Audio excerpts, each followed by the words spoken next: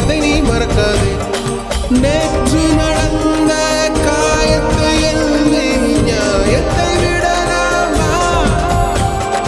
நியாயம் காயம் அவனே அறிவான், அவனிடம் அதை நீ விட்டுச் செல்.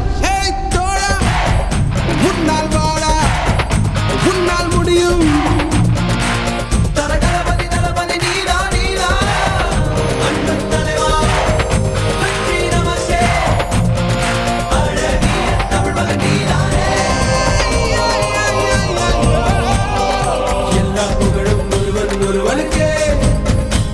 நீ நதி போல ஓடிக்கொண்டிரு, எந்த பேரை